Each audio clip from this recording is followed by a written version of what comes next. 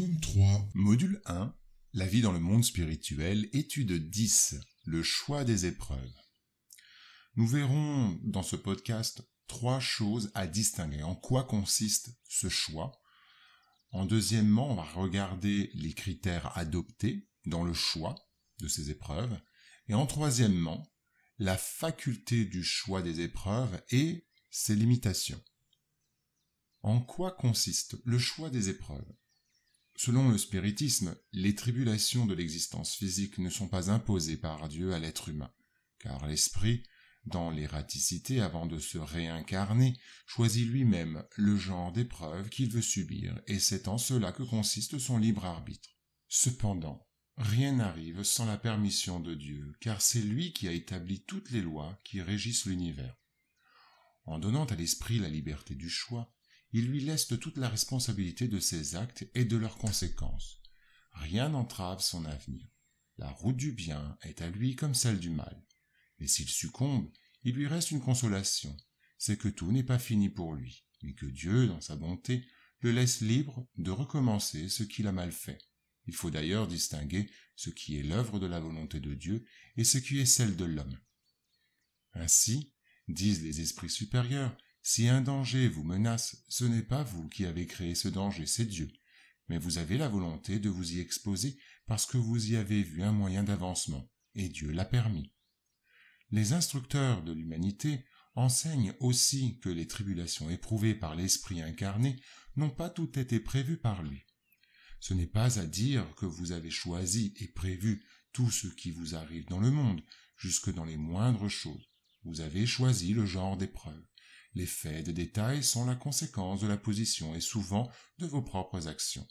Si l'esprit a voulu naître parmi les malfaiteurs, par exemple, il savait à quel entraînement il s'exposait, mais non chacun des actes qu'il accomplirait. Ces actes sont l'effet de sa volonté et de son libre arbitre. L'esprit sait qu'en choisissant telle route, il aura tel genre de lutte à subir. Il sait donc la nature des vicissitudes qu'il rencontrera, mais il ne sait pas si ce sera plutôt tel événement que tel autre. Les événements de détail naissent des circonstances et de la force des choses. Il n'y a que les grands événements, ceux qui influent sur la destinée, qui sont prévus. Si tu prends une route remplie d'ornières, tu sais que tu as de grandes précautions à prendre, parce que tu as la chance de tomber, mais tu ne sais pas dans quel endroit tu tomberas. Et il se peut que tu ne tombes pas, si tu es assez prudent. Si en passant dans la rue, il te tombe une tuile sur la tête, ne crois pas que ceci était écrit, comme on le dit vulgairement. Maintenant, quels sont les critères adoptés dans le choix des épreuves? Pour procéder au choix de l'épreuve qu'il doit subir, l'esprit s'oriente selon la nature de ses fautes. Ainsi, il choisit celles qui l'amèneront à l'expiation de ses fautes et le faire avancer plus vite. Les uns peuvent donc s'imposer une vie de misère et de privation pour essayer de la supporter avec courage. D'autres vouloir s'éprouver par les tentations de la fortune et de la puissance, bien plus dangereuses par l'abus et le mauvais usage que l'on peut en faire, et par les mauvaises passions qu'elles développent. D'autres enfin veulent s'éprouver par les luttes qu'ils ont à soutenir dans le contact du vice. Au contraire, si les esprits, encore attachés aux désirs inférieurs, choisissent un genre de vie qui leur permet la satisfaction de ces désirs, ils n'échapperont pas pour autant aux effets de leurs actes. L'épreuve vient d'elle-même et ils la subissent plus longtemps. Tôt ou tard, ils comprennent que l'assouvissement des passions brutales a pour eux des conséquences déplorables qu'ils subiront pendant un temps qui leur semblera éternel. Et Dieu pourra les laisser dans cet état jusqu'à ce qu'ils aient compris leur faute et qu'ils demandent eux-mêmes à la racheter par des épreuves profitables.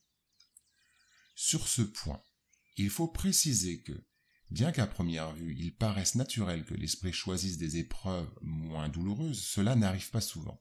Alors, lorsqu'il est dégagé de la matière, l'illusion cesse et il pense autrement.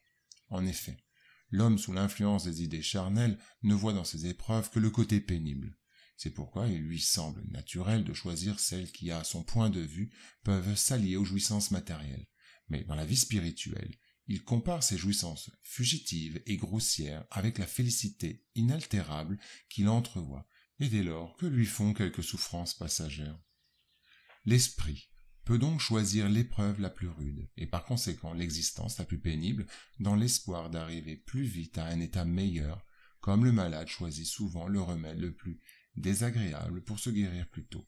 De même, l'esprit peut parfois se tromper, et choisir une épreuve qui soit au-dessus de ses forces, et alors il succombe. Il peut aussi en choisir une qui ne lui profite nullement, comme s'il cherche un genre de vie oisive et inutile. Mais alors, une fois entré dans le monde des esprits, il s'aperçoit qu'il n'a rien gagné et il demande à réparer le temps perdu. Ainsi, la doctrine de la liberté dans le choix de nos existences et des épreuves que nous devons subir cesse de paraître extraordinaire si l'on considère que les esprits, dégagés de la matière, apprécient les choses d'une manière différente que nous ne le faisons nous-mêmes. Ils aperçoivent le but bien plus sérieux pour eux que les jouissances fugitives du monde. Après chaque existence, ils voient le pas qu'ils ont fait et comprennent ce qui leur manque encore en pureté pour l'atteindre. Voilà pourquoi ils se soumettent volontairement à toutes les vicissitudes de la vie corporelle en demandant eux-mêmes celles qu'ils peuvent les faire arriver le plus promptement. C'est donc à tort que l'on s'étonne de ne pas voir l'esprit donner la préférence à l'existence la plus douce. Cette vie exemple d'amertume, il ne peut en jouir dans son état d'imperfection. Il l'entrevoit et c'est pour y arriver qu'il cherche à s'améliorer. Maintenant, regardons d'un peu plus près la faculté du choix des épreuves et ses limitations. Le choix des épreuves étant une manifestation du libre arbitre n'a donc pas un caractère absolu, car Dieu peut imposer une existence à un esprit lorsque celui-ci, par son infériorité ou son mauvais vouloir, n'est pas apte à comprendre ce qui pourrait lui être le plus salutaire et lorsqu'il voit que cette existence peut servir à sa purification et à son avancement en même temps qu'il y trouve une expiation. Ainsi, on peut dire que les lois inflexibles de la nature, ou plutôt les effets résultant du passé de l'être, décident de sa réincarnation. L'esprit inférieur, ignorant de ces lois, insouciant de son avenir, subit machinalement son sort.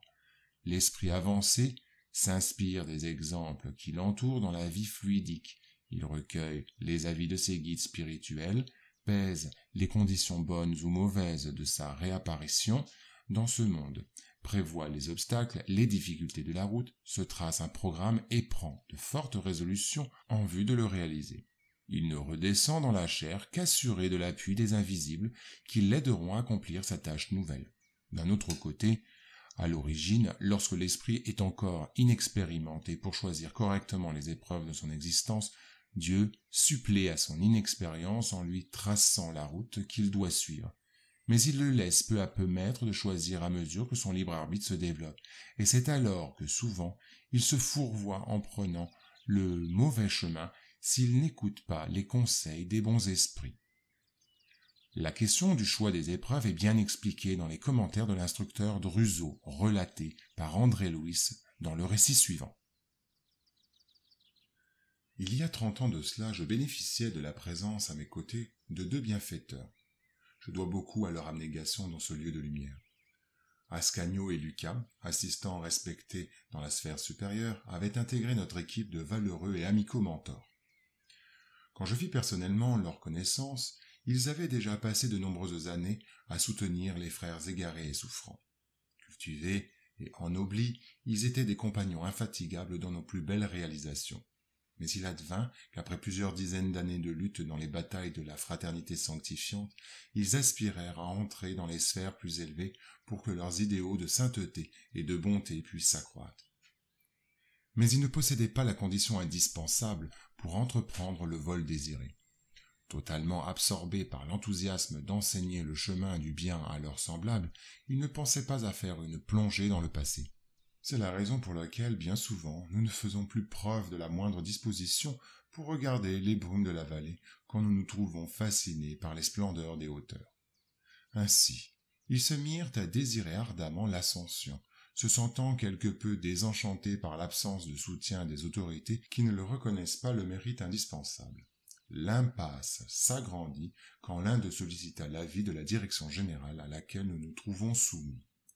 La demande suivit le cours normal jusqu'à ce qu'ils soient tous deux convoqués à un examen lors d'une certaine phase de la procédure. La position impropre qu'ils avaient adoptée fut fraternellement analysée par des techniciens du plan supérieur qui firent régresser leur mémoire vers des périodes plus reculées dans le temps. Diverses fiches d'observation furent extraites du champ mémoriel, pareil aux radioscopies qu'utilisent les services médicaux sur Terre. Et à travers ces fiches, d'importantes conclusions firent surface. En réalité, Ascanio et Lucas possédaient d'importants crédits, acquis en pratiquement 5 siècles consécutifs d'apprentissage digne qui représentaient les 5 dernières existences dans les cercles corporels et des stations de service spirituel dans les voisinages de l'arène physique. Cependant, quand l'analyse progressive atteignit leur activité au XVe siècle, quelque chose surgit qui leur imposa une douloureuse méditation. Ramenés du fond de leur mémoire, entraînant de grandes douleurs dans leur esprit, des scènes d'un funeste délit qu'ils commirent firent leur apparition sur les fiches que nous avons mentionnées après l'opération magnétique évoquée précédemment. C'était en 1429, peu après la libération d'Orléans. Ils faisaient alors partie de l'armée de Jeanne d'Arc. Affamés d'influence parmi leurs frères d'armes, ils n'hésitèrent pas à assassiner 2 compagnons en les jetant du haut d'une forteresse en territoire de Gâtinais dans les douves immondes. Par la suite, ils s'enivrèrent des honneurs qui leur valurent plus tard de tortures remords outre-tombe. Arrivés à ce stade de l'inquiétante investigation et en raison de la respectabilité dont ils étaient porteurs, les pouvoirs compétents leur demandèrent s'ils souhaitaient poursuivre cette singulière analyse. Ils répondirent par la négative, préférant mettre un terme à cette dette avant de procéder à de nouvelles immersions dans les réserves du subconscient. Ainsi, au lieu de continuer à insister dans la volonté de s'élever vers des niveaux plus élevés, ils supplièrent qu'on leur accordât le retour au champ des hommes dans lequel ils finissent de payer le débit auquel nous nous référons. Comment ? Demanda Hilario intrigué. Comme ils pouvaient déjà choisir le genre d'épreuve en raison des ressources morales emmagasinées dans leur monde intérieur, expliqua l'orienteur, ils optèrent pour des tâches dans le domaine de l'aéronautique pour l'élévation de laquelle ils offrirent leur vie.